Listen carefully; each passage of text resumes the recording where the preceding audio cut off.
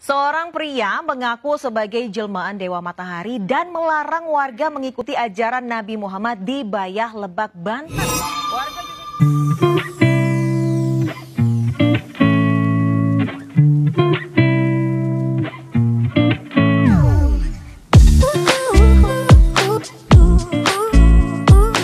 Halo semuanya, assalamualaikum warahmatullahi wabarakatuh. Bertemu lagi dengan saya di sini Satrio Homsin dan ini adalah Saci TV.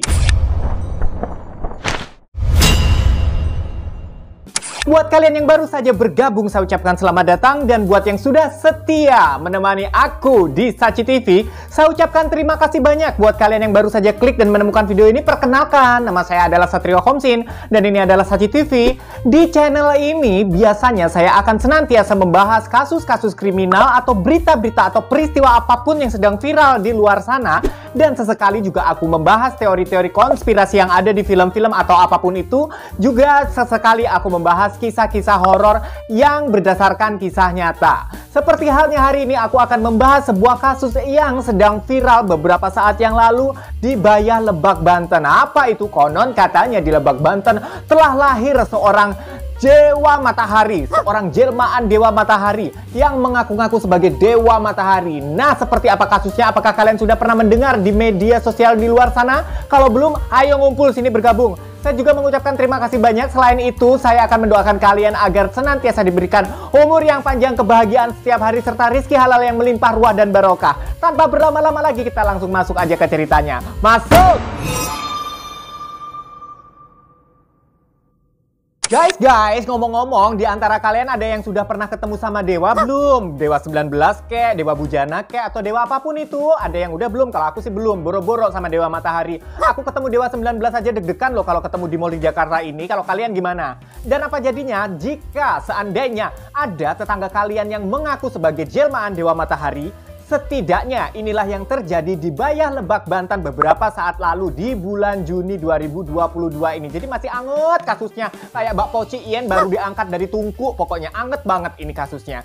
Jadi ada seorang pria yang mengaku-ngaku bahwa dirinya adalah jelmaan dari Dewa Matahari. Heboh lah langsung itu masyarakat di sana, ya gimana nggak heboh. Tiba-tiba bangun tidur kalian ketemu sama tetangga kalian yang ngaku jelmaan Dewa Matahari. Biasanya dari kemarin-kemarin dia nggak pernah ngaku Dewa Matahari. Atau jangan-jangan dia udah lama pengen masuk ke Matahari Dep Store, tapi karena udah banyak yang tutup dia nggak bisa lagi ke sana. Jadi ketagihan atau gimana nagih, dia pengen jadi Dewa Matahari atau halu aja atau gimana. Atau barangkali dia nggak cocok sama semua barang-barang yang ada di Ramayana, jadi dia mau jadi Dewa Matahari aja. Atau barangkali dia ngefans sama Agnes Monica, aku juga nggak ngerti. Kurang paham gue kenapa ini laki-laki ini, bapak-bapak ini sampai mengaku-ngaku dirinya sebagai jelmaan Dewa Matahari. Tetangganya pada kaget awalnya ya, tapi pada akhirnya setelah dia berkhotbah dengan ono ini dan dengan iming-iming ala-ala lagunya Bunda Rita Sugiarto tuh, iming-iming, ada yang pernah denger nggak sih?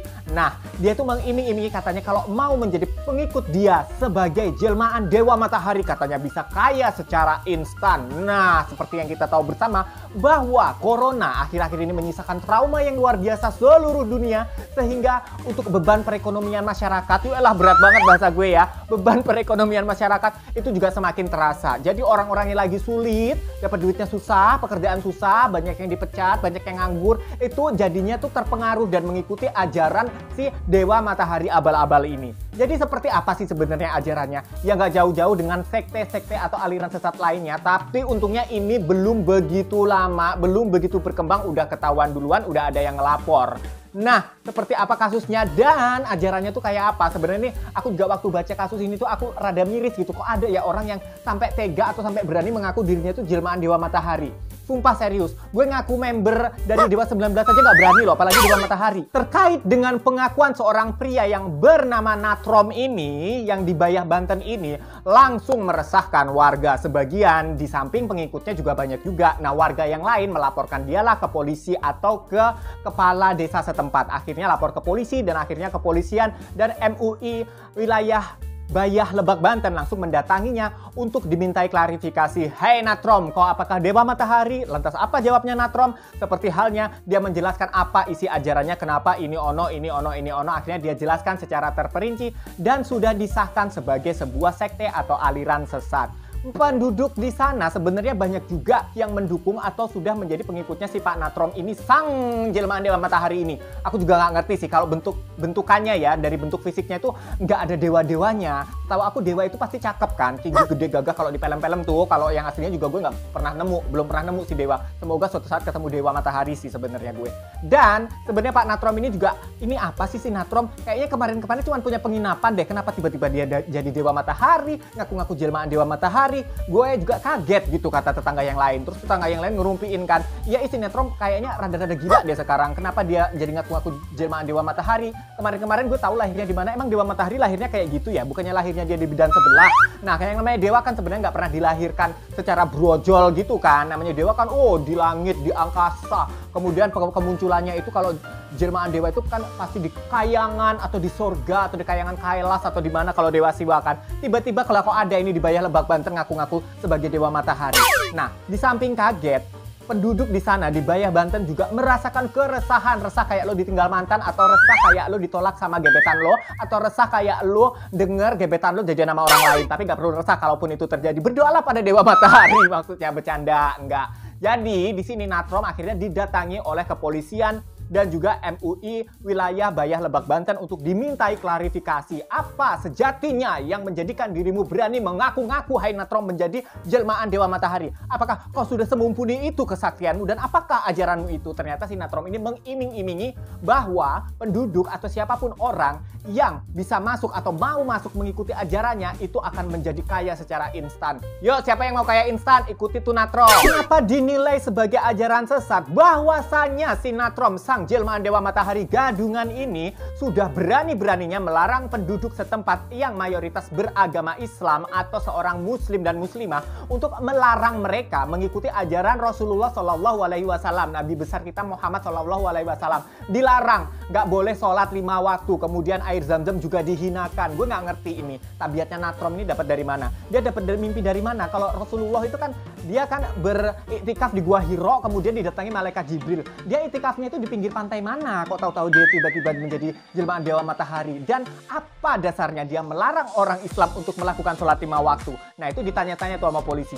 Sehingga penduduk di sana yang imannya masih kuat, alhamdulillah hirobil alamin, apapun kondisinya, dimanapun tempatnya, pasti kalau ada orang yang goyah imannya, pasti di tempat yang sama ada orang yang tetap teguh imannya. Alhamdulillah, ya kan? Ini hidayah dari Allah, nih perlindungan dari Allah. Bahwasanya di suatu tempat kalau ada orang yang busuk, pasti ada orang yang baik juga. Kalau ada orang yang goyah imannya, pasti ada orang yang imannya kuat juga. Demikian juga di Bayah Lebak Banten, yang saya yakin bahwa di kawasan Lebak Banten ini adalah kawasan yang memang mayoritas tuh imannya kuat-kuat sebenarnya. Makanya ini cepat ketahuan. Coba kalau dia itu menjelma menjadi jelmaan Dewa Matahari itu nggak di Lebak Banten, mungkin saja banyak dan berkembang pesat kayak yang udah-udah tuh. Ada kan yang tahu aliran-aliran sesat atau sekte sesat yang udah ada dulu-dulu, yang sampai pengikutnya banyak di seluruh Indonesia. Bahkan kalau di India tuh ada yang sebuah sekte yang pengikutnya tuh sampai ke seluruh dunia, sampai ke Amerika, sampai di Indonesia juga banyak. Tapi aku nggak tahu sih itu sesat atau enggak, aku nggak bisa memastikan karena sampai detik ini juga masih banyak pengikutnya. Oke, balik lagi ke Natrom ya, nggak usah ngomongin lain-lain daripada gue kena cari aman say. Jadi sekarang kita balik ke Natrom. Dia itu melarang pengikutnya untuk mengikuti ajaran Rasulullah Shallallahu Alaihi Wasallam untuk sholat 5 waktu. Kemudian dia menghinakan air zam-zam. Tentang gimana cara menghinakannya dengan kalimat seperti apa, aku juga nggak ngerti. Aku sih berharap semoga aliran ini berhenti sampai cukup di sini aja, supaya nggak berkembang kemana-mana, supaya kita kembali lagi ke iman kita yang di awal, apapun agama kita. Yang penting kita tetap beriman kepada Tuhan Yang Maha Esa, nggak usah nyembah-nyembah si Natrom. Ya, Natrom tobat Rom. Ya, itu bayar utang, itu dipinjol. Mungkin kamu punya utang dipinjol sehingga kamu stressful, jadi kamu menjelma menjadi jelmaan Dewa Matahari. Buat kalian gimana tentang kasus ini? Ini kasus yang baru saja viral kemarin, langsung saya angkat di sini. Sebenarnya penting-penting nggak penting ngangkat beginian. Soalnya youtuber-youtuber lain pada ngangkat yang berat-berat, pada ngangkat yang kriminal-kriminal, pada ngangkat perselingkuhan-perselingkuhan. Gue nggak kuat, otak gue tahu sendiri, otak gue bebel. Jadi gue ngangkat yang gini-gini aja, yang aspal dari rasa stroberi lah, yang kemudian apa Dewa Matahari lah, Dewa Ramayana lah, Dewa Giant lah, gitu ya, Dewa Lote. Ntar bila perlu kalau ada gue angkat di sini di channel gue. Ya, thank you banget loh buat kalian yang udah simak video ini sampai habis, sampai di detik, di menit ini. Semoga kalian senantiasa setia di channel Sachi TV ini. Dan silahkan subscribe buat yang belum. Dan saya ucapkan terima kasih buat yang sudah. Salam semakin viral. Sampai ketemu di video berikutnya. Nggak tahu hari ini aku mau bikin berapa video lagi. Tonton juga video aku yang lain-lain. Satrio Homsin undur diri. Assalamualaikum warahmatullahi wabarakatuh. Bye. Selamat beraktivitas.